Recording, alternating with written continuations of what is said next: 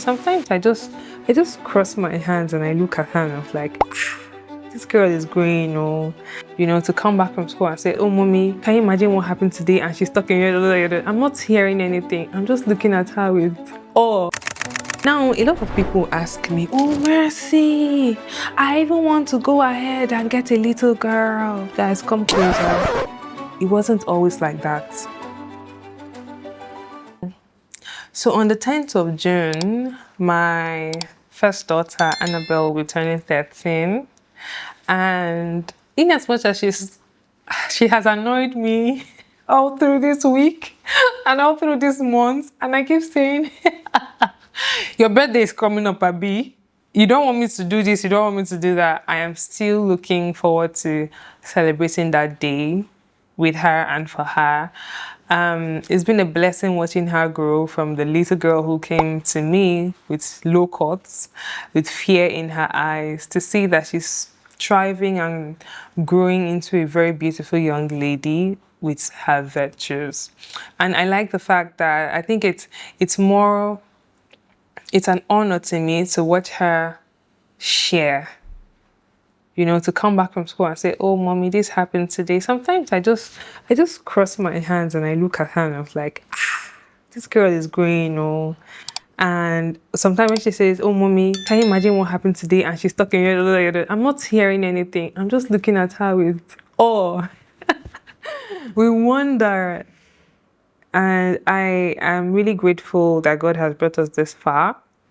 Now, a lot of people ask me, oh, Mercy, I even want to go ahead and get a little girl. Guys, come closer. It wasn't always like that. So when I had Nathan, my first son, he just turned 1. If you followed me on all my previous videos, you would find out that I had dropped my son when he turned 1 at my parents' for like 40 days to wean him off breastfeeding. And in the period of doing that, I had flown him and my nanny back to his nanny back to Calabar, and the girl just did what we call in Nigeria, come and see African wonder. She woke up and she said she wanted to go and make her hair. Then she didn't come back to my parents' house till the next day. Came back with her lashes and her nails to my mother's house.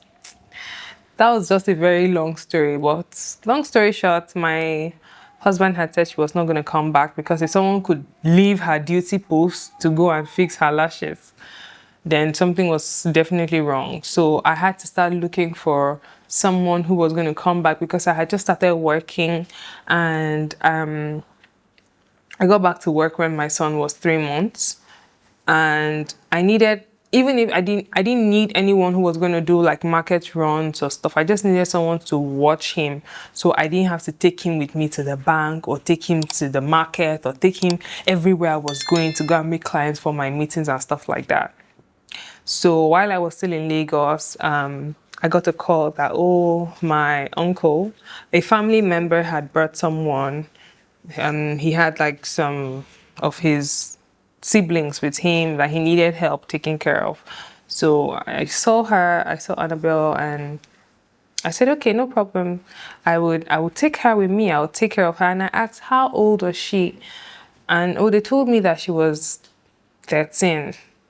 I said, 13? Yeah, and they were like, oh, you know how these village people are. They don't grow a lot. So I said, okay, all right. If that's her body physique or if that's her stature, no problem. Right.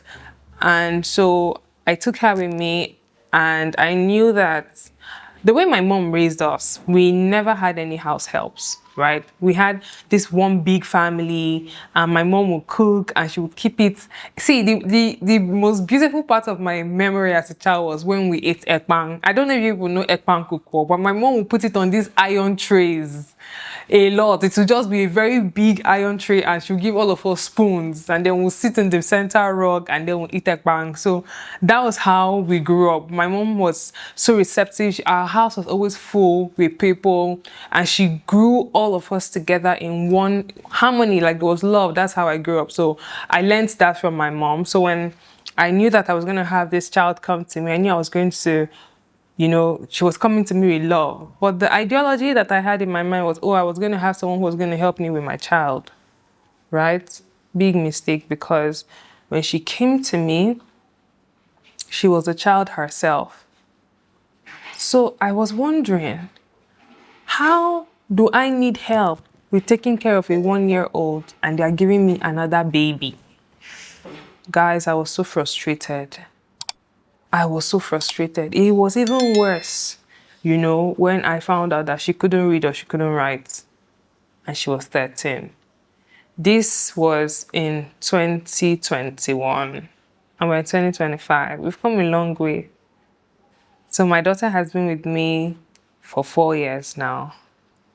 And so I had to put in the work. I had to hire a tutor. We did that. She was homeschooled for a full year so that she could learn how to read and how she could write. Then I enrolled her in school. I enrolled her in a lower class, and just recently I had to speak to the director of her school, and she wrote her common entrance, and she's in secondary school now. So I have a junior secondary school child in my house, a full teenager, and she's moving on to the next class, and I'm so excited. But it was a lot of work. It was a lot of talking, it was a lot of shouting.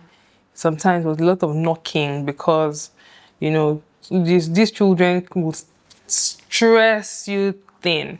But sometimes at the beginning of the year, I had to have a conversation. When she was getting into secondary school, I sat her down and I said,